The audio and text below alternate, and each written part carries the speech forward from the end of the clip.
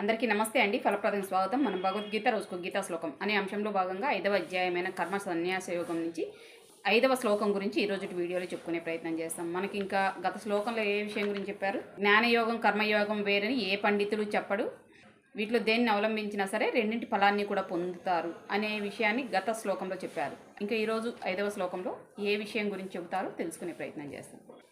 యస్సాంఖ్యైః ప్రాప్యతే స్థానం తజ్యోగైరపి గమ్యతే ఏకం సాంఖ్యం చ యోగం చ యః పశ్యతి సపశ్యతి. శ్లోకం మళ్ళీ ఒకసారి చెప్పుకున్నామండి. యస్సాంఖ్యైః ప్రాప్యతే స్థానం తజ్యోగైరపి గమ్యతే ఏకం సాంఖ్యం చ యోగం చ యః పశ్యతి సపశ్యతి.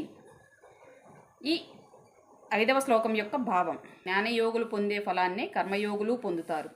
ఈ రెంటికి భేదం లేదు అని గ్రహించిన వాడే నిజమైన దార్శనికుడు. సో ఇక్కడ ఇంకొక విషయాన్ని స్పష్టం చేశారు. దార్శనికుడు ఇక్కడ మనకు గత శ్లోకాల్లో ఏదైతే పండితుడు, యోగి, కర్మయోగి ఇలా చెబుతూ వచ్చారో ఇక్కడ దార్శనికుడు అనే ఇంకొక పదాన్ని వాడాడు. దార్శనికుడు అంటే ఏంటి అంటే జరిగిపోయిన విషయాల్లో ఉన్న మంచి చెడును, జరగబోయే విషయాల్లో ఉన్న మంచి చెడును కూడా గమనించి అర్థం చేసుకునేవాడు. జరిగిపోయిన విషయాలను అయితే గమనించి అర్థం చేసుకోవచ్చు, జరగబోయే విషయాలను ఎలా గమనించి అర్థం చేసుకోగలుగుతాం? చాలా తేలిక. మనం ప్రకృతిని గమనిస్తే ఈ విషయం తెలుస్తుంది. ఒక చెట్టులో నుంచి ఒక పండు రాలి కింద పడింది.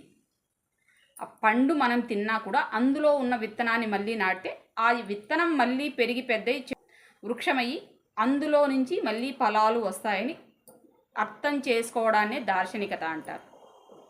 సో ఇప్పుడు మనం చేసే ఒక పని ద్వారా భవిష్యత్తులో జరగబోయే మంచి లేదా చెడు రెండింటిని ముందే అంచనా వేసుకొని తదనుగుణంగా మంచి జరిగే విధంగా ఉంటే ఆ పనిని ప్రోత్సహించి చేయిస్తూ, చెడు జరిగే విధంగా ఉంటే ఈ పనిని ఇక్కడే జరగనీయకుండా ఆపేస్తూ, సక్రమమైన మార్గంలో తను నడుస్తూ తనను నమ్మిన వారిని, అనుసరిస్తున్న వారిని నడిపిస్తూ వెళ్ళేవాడిని దార్శనికుడు అంటారు. ఇక్కడ శ్రీకృష్ణ పరమాత్మ ఏం చెబుతున్నారు? జ్ఞానయోగులు పొందే ఫలాన్నే కర్మయోగులు పొందుతారు. ఇది ఎప్పుడు తెలుస్తుంది? ఒక విషయాన్ని ఆలోచించి ఆచరణలో పెట్టి ఇందులో వచ్చిన ఫలితాన్ని పొంది ఏ విధంగా వచ్చింది ఫలితం అని గమనించిన వాళ్ళకే విషయం స్పష్టంగా అర్థమవుతుంది. ఆ చెట్టులో నుంచి ఒక విత్తనం వచ్చింది అంటే ఈ విత్తనంలో నుంచి మళ్ళీ చెట్టు వస్తుంది అని అర్థం చేసుకోవడం ఆలోచన అవుతుంది. అంటే ఇక్కడ జ్ఞానయోగం మనకు పనిచేస్తుంది. ఆ విత్తనాన్ని నాటి ఆ విత్తనంలోంచి మొలక వచ్చిన తర్వాత ఆ మొలక చెట్టుగా పెరిగేంత వరకు దీన్ని సంరక్షించి వదలడాన్ని కర్మయోగం కింద చూడాలి. ఒకే వ్యక్తి జ్ఞానయోగాన్ని కర్మయోగాన్ని కూడా అనుసరించడానికి అవకాశం ఉంటుంది. ఈ పని చేసిన వాళ్ళకు వచ్చిన ఫలితం ఏదుందో అది ఆలోచన ఇచ్చిన వాడికి వస్తుంది, ఆలోచన ఇచ్చిన వాడికి వచ్చిన ఫలితం ఏది వస్తుందో పని చేసిన వాళ్ళకి వస్తుంది. కాబట్టి జ్ఞానయోగులు పొందే ఫలితాన్ని కర్మయోగులు పొందుతున్నారు. అంటే ఇది మనం గ్రౌండ్ లెవెల్లో అర్థం కావడానికి నేను ఈ విషయం చెబుతున్నాను. ఇది ప్రారంభ స్థాయి నుంచి అత్యున్నత స్థాయి వరకు ఎక్కడికైనా ఇదే ప్రమాణం, ఇదే ఫలితం. అంటే మనం ఒక చెట్టును నాటి దాన్ని సంరక్షించే దగ్గర నుంచి ఒక దేశ నిర్వహణ బాధ్యతలు నిర్వహించే వారి వరకు ఇదే ప్రమాణం, ఇదే ఫలితం. సలహా ఇచ్చే వాళ్ళకి, సలహాను ఆచరించే వాడికి కూడా సమాన ఫలితమే ఉంటుంది. ఇక్కడ ఎవరు ఎక్కువ ఎవరు తక్కువ కాదు. సరిగ్గా ఆచరించని వాడు ఈ ఫలితానికి అనర్హుడు. అంటే ఒకరు మంచే చెప్పినా దాన్ని చేయడానికి ఇష్టపడని వాళ్ళు కొంతమంది, ఎందుకు చేయాలని ప్రశ్నించే వాళ్ళు కొంతమంది, తప్పించుకొని వెళ్ళిపోయే వాళ్ళు కొంతమంది ఉంటారు. వీళ్ళు ఈ ఫలితాన్ని పొందడానికి అనర్హులు. ఎవరైతే ఆలోచనను ధర్మబద్ధంగా చేస్తూ పనులు ధర్మబద్ధంగా నిర్వహిస్తూ ఉంటారో వీళ్ళందరికీ, జ్ఞానయోగులకు కర్మయోగులకు కూడా చేసిన పనికి, చేసిన ఆలోచనకు తగిన విధంగా ఫలితం ఉంటుంది. ఈ విషయాన్ని, ఈ ఇద్దరు సమాన ఫలితమే పొందుతారనే విషయాన్ని అర్థం చేసుకున్నవాడు, ఈ రెండింటికి భేదం లేదని అర్థం చేసుకున్నవాడు నిజమైన దార్శనికుడు.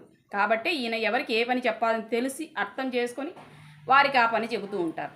ఇటువంటి వ్యక్తులు మనకు సమాజంలో అక్కడక్కడ కనిపిస్తూ ఉంటారు. ఎవరిని తక్కువ చేయకుండా, చులకన చేయకుండా అందరికీ సమానంగా విలువిస్తూ, వారి గౌరవ మర్యాదలకు భంగం కలిగించకుండా ఇటువంటి వ్యక్తుల దగ్గరికి వెళ్తే, అంటే నేనేమీ కాదు, నేనేమీ లేదు, నా దగ్గర ఏమీ లేదు, నేను నథింగ్ అనుకునే వ్యక్తులు కూడా ఓకే, మనకు కూడా ఎంతో కొంత విలువ ఉంది అని వారి మీద వారికి కాస్త నమ్మకం ఏర్పడి ఆత్మాభిమానం, ఆత్మగౌరవం పెరిగి చెయ్యలేను అనుకున్న పనులు కూడా చాలా తేలిగ్గా చేయగలిగిన వ్యక్తులు ఉంటారు, కనిపిస్తూ ఉంటారు.